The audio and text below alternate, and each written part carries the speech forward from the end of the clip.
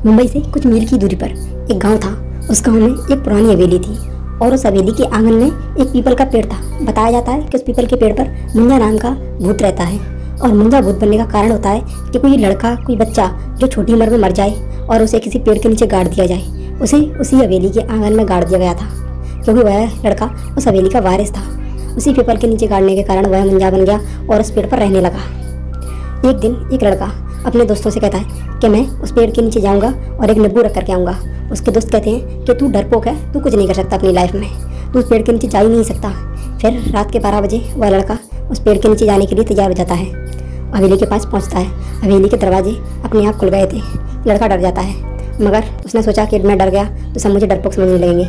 इसके लिए वह उस हवेली के पास जाने के लिए अंदर घुस जाता है। अंदर जाने के बाद वह इस पेड़ के नीचे पहुंचता है। वहाँ पर नींबू रखता है तो उसे महसूस होता है कि जैसे हवेली से कोई उसे देख रहा हो। वह हवेली की तरफ देखता है तो उस हवेली में कोई नहीं होता है। सुनसान पड़ी होती है, सन्नाटे की आवाज़ गूंज रही होती है। जब वह पीछे घूमता है तो वह देखता है कि कोई उसके पीछे खड़ा है। जब वह उसकी तरफ घूमते ही वह वहाँ से गायब हो जाता है।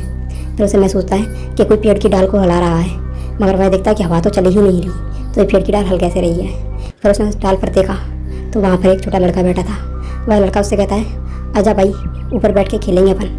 वह कहता है, तू कौन है और इतनी रात को इस पेड़ पर क्या कर रहा है। वह लड़का कहता है कि मैं इस गाँव का लड़का हूँ, यहाँ पर रात को खेल रहा हूँ, तू भी आजा खेलेंगे।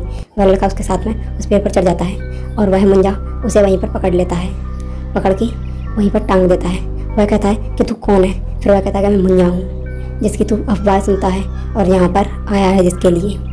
फिर सीन शिफ्ट होता है सुबह गाँव वाले इकट्ठा होते हैं और उस पेड़ के नीचे हवेली में पाते हैं कि उसी लड़के का जूता डला हुआ है, चप्पल वहीं पर डली हुई है। फिर सब कहते हैं कि वो वाला लड़का आज गायब है।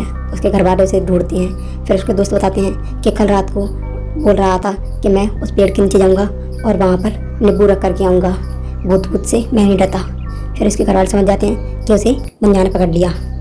फिर अगली रात उसका दोस्त जो उससे कह रहा था कि तू डरता है, वह अपने घर पर जा रहा था, मगर उसे महसूस हुआ कि जैसे कोई इसके पीछे पीछे आ रहा हो। फिर वह अपने घर पर पहुँच गया। उसने फिर से महसूस किया कि कोई उसे खिड़की से देख रहा है। उसने वहाँ पर देखा तो वहाँ पर कोई नहीं था। फिर वह सोने की तैयारी करता है। वह सो जाता है। फिर एक झलक उसे अपने बेड के नीचे से किसी की आहट आती है, जैसे वो बुला रहा हो कि मेरे साथ चलो, वहीं उस पीपल के पेड़ पर खेलेंगे। वह समझ जाता है कि यहाँ पर कोई तो है। फिर उसे लगता है कि इसका ये दोस्त है जो गायब हो गया, वो उसे डरा रहा है। फिर वह कहता है कि कौन है, मैं तुमसे नहीं डरता और मेरे कमरे से चले जाओ। फिर उस कमरे में सन्नाटा छा जाता है, जैसे वहाँ पर कोई भी नहीं हो। उस कमरे की बत्ती भी बुझ जाती है। अचानक से उसके हाथ को कोई पकड़ता है। वह सोचता है कि मुंजा आ गया, मगर वह उसकी माँ होती है। वह कहती है, बच्चे तू अभी तक सोया नहीं। वह कहता है कि नहीं माँ, यहाँ पर कोई है जो मुझे खेलने के लिए बुला रहा था। उसकी माँ कहती, कोई नहीं है बेटा, तेरा भ्रम है, तू सो जा। वह सो जाता है। फिर अगली सुबह सीन शिफ्ट होता है तो वह लड़का घर से गायब होता है। उस लड़के की आँख खुलती है तो वह हवेली के अंदर होता है, एक बेड पर। वहाँ पर वह चीखता है कि ये मैं कहाँ पर आ गया, अपने घर पर तो नहीं हूँ। फिर एक अदृश्य हवा आई और उसको वहीं पर बेड के नीचे बांध करके डाल देती है। और उसी बेड के नीचे जो उसका दोस्त था, वह लड़का रात को 12 बजे गया था, वह भी वहीं पर होता है। वह भी वहीं पर बंधा हुआ पड़ा होता है। वह दोनों बहुत चीखते हैं, मगर हवेली के बाहर उनकी आवाज़ नहीं जा रही थी। फिर उसका घर में पता चलता है कि लड़का यहाँ पर नहीं है। फिर उसके घर वाले उसे ढूंढते हैं कि ये लड़का गया तो गया कहाँ। फिर वह कहते हैं कि चलो उसी पीपल के पेड़ के पास, वहीं पर कुछ हो सकता है। फिर वह लोग वहाँ पर गए तो वहाँ पर जाकर के देखा कि वहाँ पर किसी के चलने के निशान हैं। फिर उन्हें लगता है कि यहीं पर उनका लड़का है। वह वहाँ पर खोदते हैं तो उन्हें कंकाल मिलते हैं, मगर वो कंकाल उन दोनों में से एक के भी नहीं होते। वह कंकाल होते हैं उस मुंजा के जो उस पेड़ पर रहता है। और मुंजा के कंकाल मिलते ही मुंजा एकदम से वहाँ पर प्रकट हो जाता है और उन कंकालों को लेकर के हवेली के अंदर चला जाता है। फिर और भी लोग उस हवेली के अंदर जाना चाहते थे, मगर हवेली के दरवाजे अपने आप बंद हो जाते हैं। फिर सारे गांव वाले अपने घर पर लौट जाते हैं, मगर उन दोनों जो लड़के गायब होते हैं उनके पिताजी कहते हैं कि हम अपने बच्चों का बदला लेके रहेंगे इस मुंजा से। फिर वह लोग एक तांत्रिक को लेके आते हैं। शाम को जब सो जाते हैं तब वहाँ पर उस तांत्रिक के आने के बाद रात के 12 बजे वह अपना हवन चालू करता है।